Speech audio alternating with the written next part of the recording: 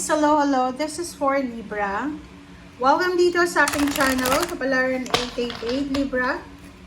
Alamin natin kung anong messages, vibration, gabay, energy para sa lahat. This is Libra. Libra. Okay.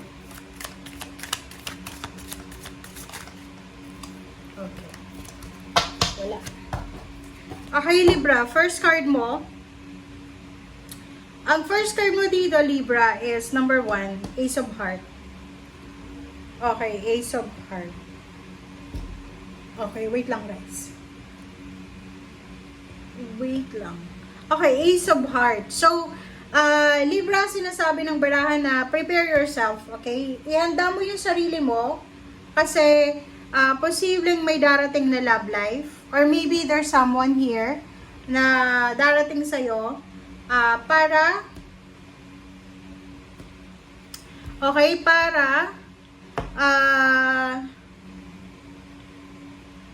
matulungan ka or there's someone na posibleng i-guide ka, parang ganon.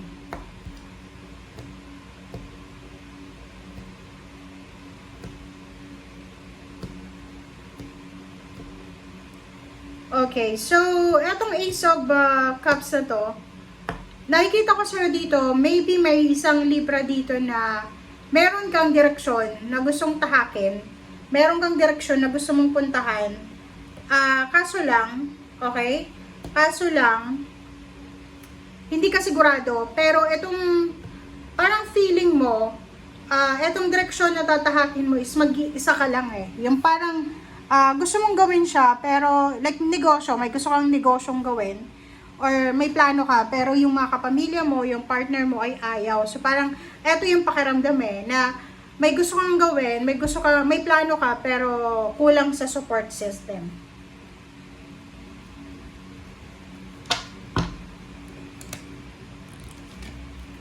Okay.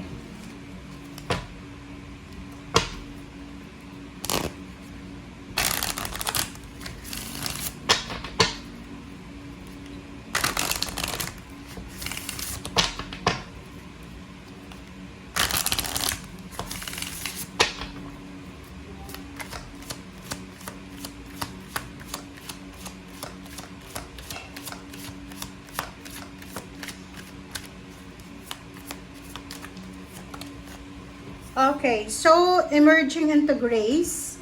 I open my soul to grace. Oh, 'di ba? Parang ang nakikita ko sa'yo dito na meron ditong Libra na gusto mong magkaroon ng tahimik na buhay. Okay? Gusto mo ng tahimik na buhay. Ang problema lang dito is parang feeling mo mag-isa ka. Ang Libra na to ay isa siya sa mga Libra na siguro lumaki ka or yung talagang growing up talaga, maraming mga tao na nakapaligid sa'yo. Ngayon, parang na-realize mo na ang daming plastic, ang daming masasamang tao. So, parang nakikita ko ngayon na mas prefer mo na mag-isa na lang or konti na lang yung kaibigan, kakilala, or yung mga taong malapit sa'yo. Pero, ano naman siya, quality naman siya. Parang gano'n. So, maybe this week yun eh. Parang yun. Kung dati ay, halimbawa, pag may celebration sa pamilya, ambitado ang lahat, maybe this week may mga celebration or may mga okasyon na posibleng wala ka ng pakialam sa mga tao. So, you're focused sa peace of mind. Okay? Focus ka sa peace of mind.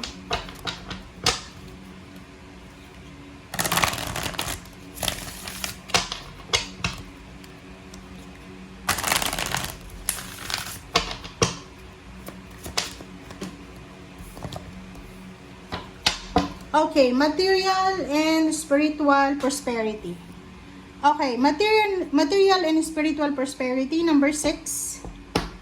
Okay, number 6. Sinasabi ng baraha na nakikita ko siya dito na meron ditong ibang Libra na nakafocus sila sa financial success, kumbaga sa financial balance. Meron ditong iba na nakafocus sa kung paano maging stable and secured yung finances nila. Pero yung iba, nakafocus naman kayo sa health or sa healing or nakafocus naman kayo sa emotion. Okay?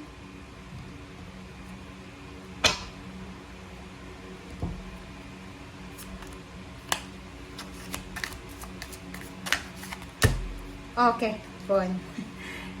Okay.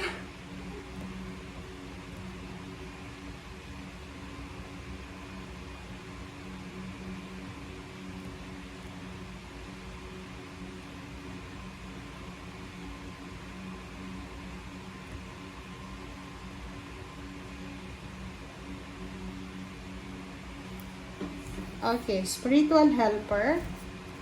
Okay, so number 9. So nakikita ko sa'yo dito na meron ditong Libra na meron dito na posibleng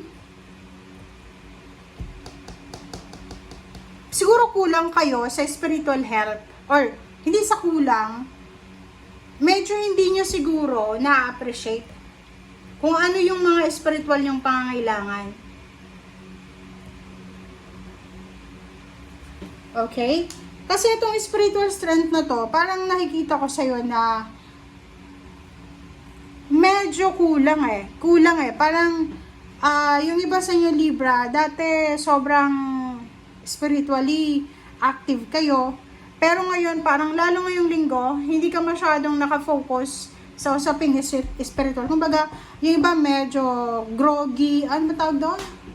Yung iba medyo grumpy, groggy na, lasing na. Okay, yung iba ay grumpy, 'di ba? Yung parang sa sobrang pagpe-pray mo, tapos wala kang nakukuha na mga kung ano pinagpe-pray mo, parang feeling mo hindi ka na, parang ayaw mo na mag-pray, parang gano'n. So, sinasabi ng Barasir dito na kung ano man ang gusto mong mangyari sa buhay mo, ano man yung sitwasyon mo ngayon, ang importante is kailangan strong pa rin yung faith mo sa Panginoon, sa spiritual.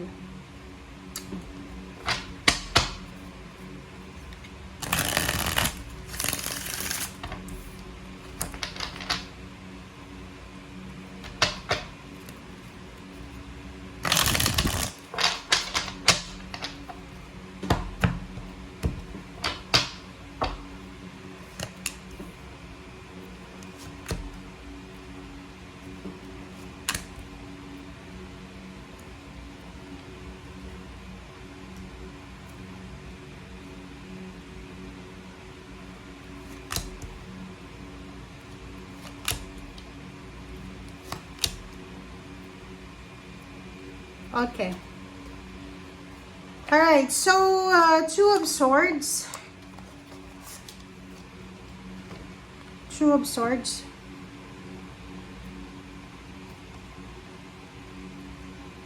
Okay, Two of Swords. Two of Swords, Ten of Cups, and Three of Wands. Sinasabi ng Barasir dito, Libra, merong mga Libra na you're waiting for something para sa pamilya. Yun na nga, maybe naghihintay ka na magkaroon ng chance para mag-celebrate, or may hinihintay ka dito na kung ano man yan, hindi mo magawa-gawa kasi like sa pamilya, gusto mo magpatayo ng bahay pero hindi ka sigurado. Dito naman, sinasabi ng barahan na sa linggong ito, posibleng manghihinayang ka kasi marami kang pera sigurong hinawakan for the past few months, pero nanghihinayang ka sa ngayon kasi parang feeling mo nawala to, nasayang. 'Di ba? Na mismanage mo yung finances. Okay? Thank you guys. Bye!